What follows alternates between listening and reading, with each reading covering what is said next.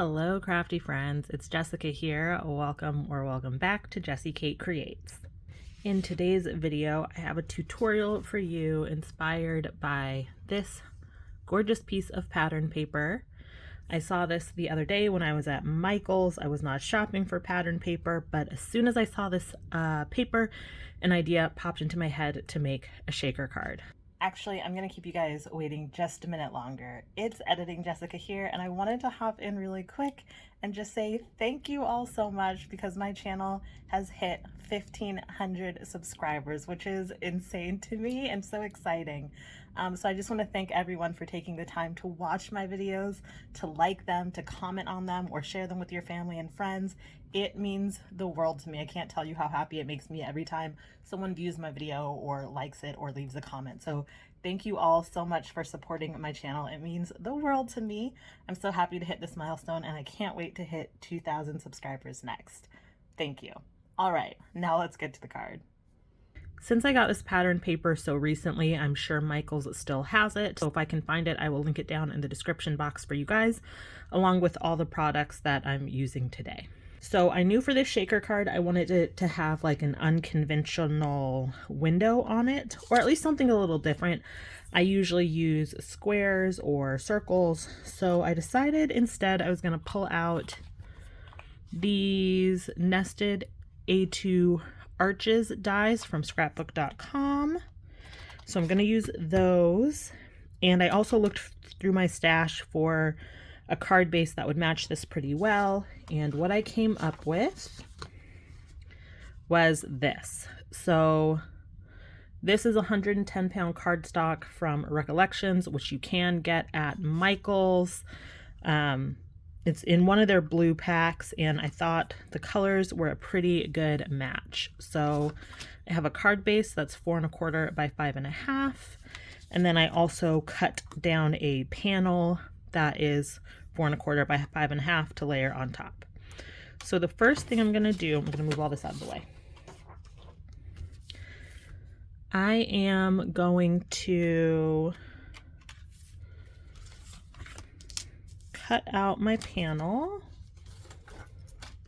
Where did I put my washi tape? So I am just going to do my best to get this fairly even. I'm looking for the sides, the top, and the bottom to all kind of have a similar distance. And you could measure this, but I'm just eyeballing it. I think that looks good. So I'm going to go ahead and feed this through my little Cuttlebug machine. So once that was cut, this is what we're left with, and I think this is a really fun opening for the card. I did not capture this, but I did go ahead and cut down a panel of my pattern paper as well. I just cut it, I think 4 1/4 by, or no, 4 by 5 1/4, just so that it would fit on the back of the card. And I think this looks pretty good, but I want a little bit more interest, I think. So I'm going to look through my embossing folders and be right back. Okay, I looked through my embossing folders, which I love. An embossing folder just totally changes a project. And what I found was this Altenew Ribbon Waves 3D folder. I thought the waves of this would go really well with the like waves in the water. So again, I'm going to go ahead and run this through my Cuttlebug. That's what I use to like die cut and emboss all of my stuff, just like an old school Cuttlebug. I kind of want to get a new embossing machine, but the one I have works. So I think I'm just going to stick with it. Okay, so I'm going to run this through and then come right back. All right, so I ran that through. And now we have this super fun pattern. Oh yeah, I like the way that works a lot more. Such like extra interest for my card. Okay, now for my sentiment, I've just gone ahead and pulled one of my secret weapons in my craft room. I make a lot of birthday cards. I use them in my personal life, but I also sell them on my website and at craft shows. So I have a bunch of just vellum, pre-cut vellum strips of birthday sentiments that I've gone ahead and embossed. I have some in silver and I have some in gold. And I think with this card, silver is going to work better. So I'm just going to pull one of these strips. And I may have mentioned it in another video before, but I really like pre-making elements like this because it just, for me, it makes it a little bit more easier. It's almost like I have DIY ephemera to play with when I'm crafting, and it just makes things go faster, especially when I'm batching cards. Oh, and in case you're wondering, this happy birthday, I had to dig to find it, but it is from the Concord and 9th All the Birthdays stamp set. It's just this tiny one here, but I really like the font of it. And since all the elements of this card are so like gender neutral, I thought this would be a really good sentiment to use as well. Okay, so the first thing I'm gonna do, I need to attach this. So I'm just gonna use tear tape for that. This is the scrapbook.com double-sided tape. It's 1/8 of an inch. I'd probably usually use 1/4 of an inch, but I'm out, so this is what we're using today. I think the easiest way to do this is going to be to put the adhesive on the back of the card, or the back of the panel, I should say. Peel that up.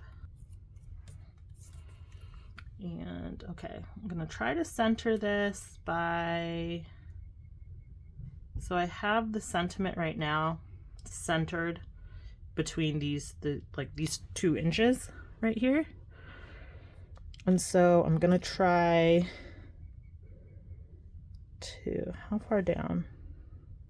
Here? I think that looks good.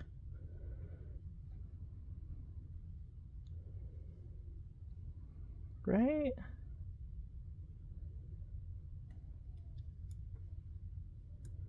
Okay. Oh, I think that looks good.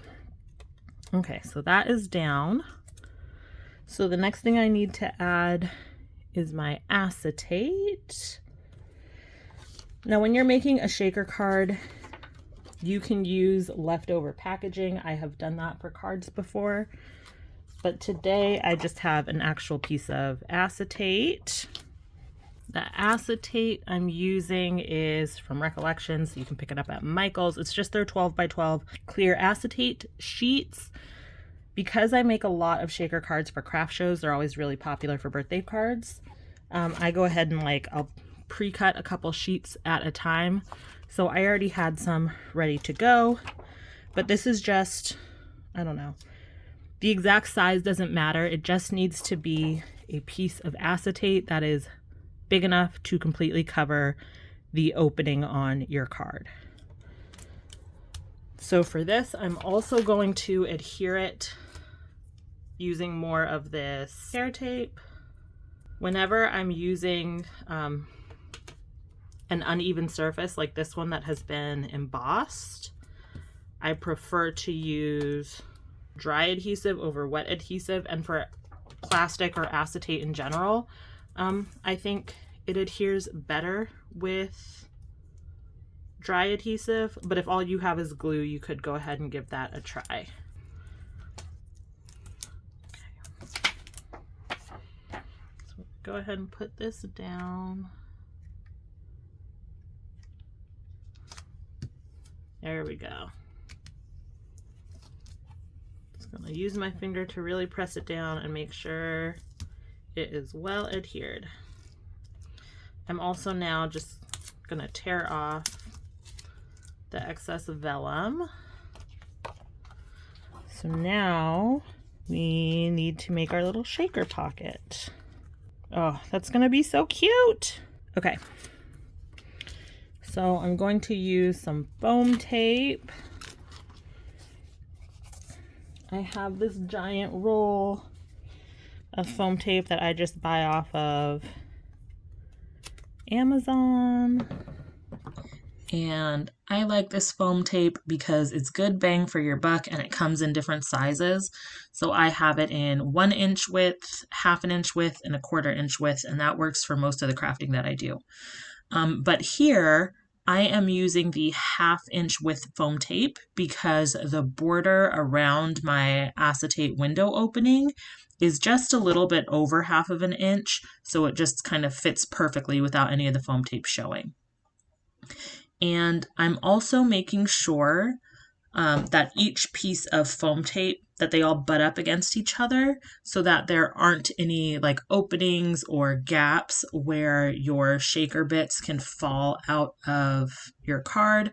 I've had that happen before and it's not very fun. Although if you guys want, I could do a video on like card surgery to show how I fix a card when I make mistakes like that and I don't realize until after the card is complete. If that is something you would like to see, let me know in the comments. But here with this final piece, you can see it was a little bit too long, so I just needed to snip off a little bit. And now voila, that back of the panel is all done.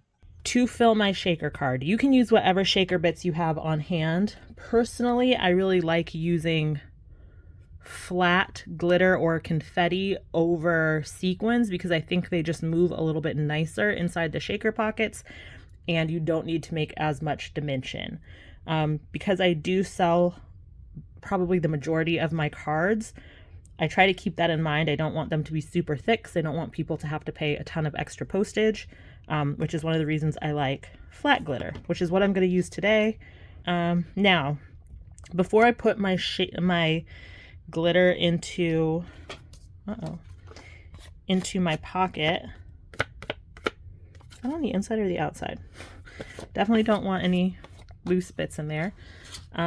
One thing I like to do to make sure the glitter doesn't all cling to the window is I use a dryer sheet. And I just lightly rub it,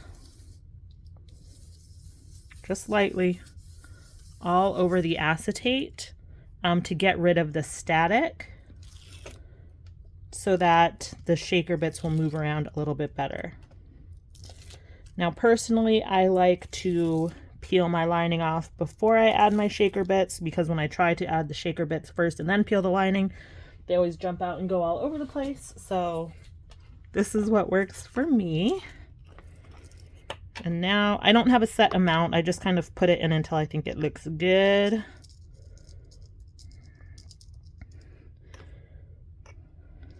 I don't want it too full, but I also don't want it to feel empty. I think that's gonna be, I think that's gonna be good. Okay. Oh, getting glitter everywhere. And now I'm just gonna close up my packet by putting my paper right on top. Then I'm pressing down to make sure it's all sealed in.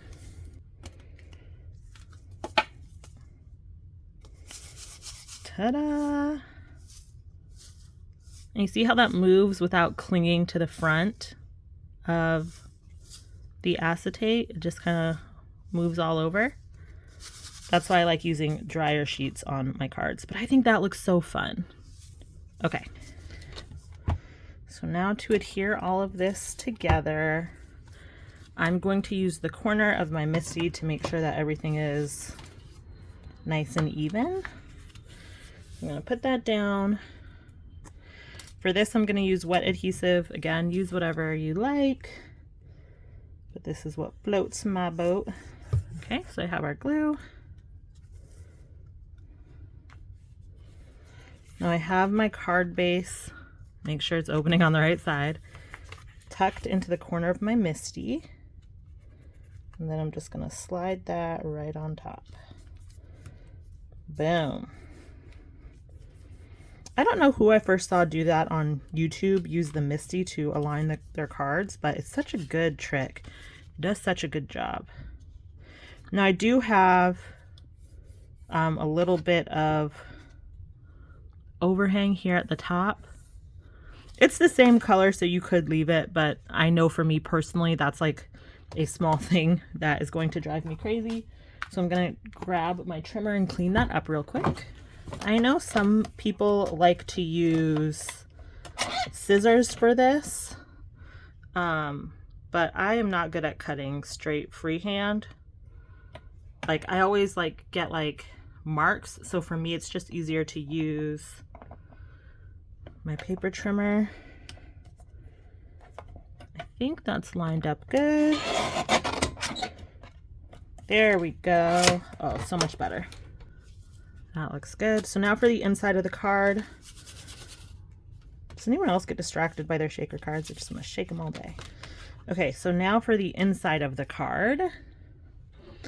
I'm just doing my go-to here. So I have a piece of thinner cardstock. You could use like 60 pound here. And this is just 4 by 5 1/4. And I also have a strip. I think I have.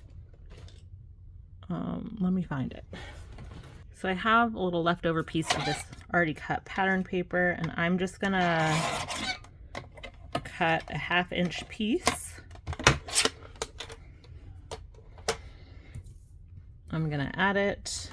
Oh no, my glue dripped. I'm just gonna add it to the bottom of this panel. If you don't like lining your cards, you don't have to. I really enjoy lining the inside of my cards. If I had any stamps with fish in them, I'd probably just like stamp some fish on this, but I don't. So I'm just using the pattern paper just to tie it all together. And then I'm just gonna add this to the inside of the card. That way there's a space for someone to write a message without needing to use like a white gel pen or anything like that. And there we go. That's our card. I'm gonna leave it blank, but you could totally stamp a sentiment inside if you want.